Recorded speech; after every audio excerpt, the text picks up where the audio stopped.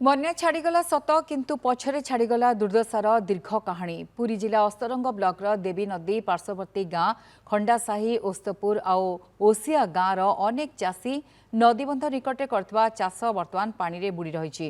गोटेपटे फसल नष्ट अन्यपटे महाजन और बैंकर ऋण बुझ ऋण सुझिबे केमिति से चिंता एबे तांकु राति रे सोइबाकु देउनी।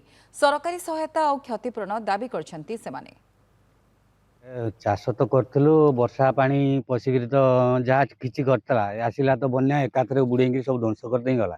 आम करूँ आम दी पैसा पाइले केमी आम ना कम चाकरी अच्छी ना किसी अच्छी तेणुक आम चाहूलु किसी पैसा इनकम कले आम निज खर्च करके चलू बोली हो पारानी। तेणुक आम क्या कहूँ प्रशासन ये किए शुणुची ना निज कथा निजे शुणुची। सार ग्रोमर किलो 60 टंका ये बिक्री हो ब्लाक रे।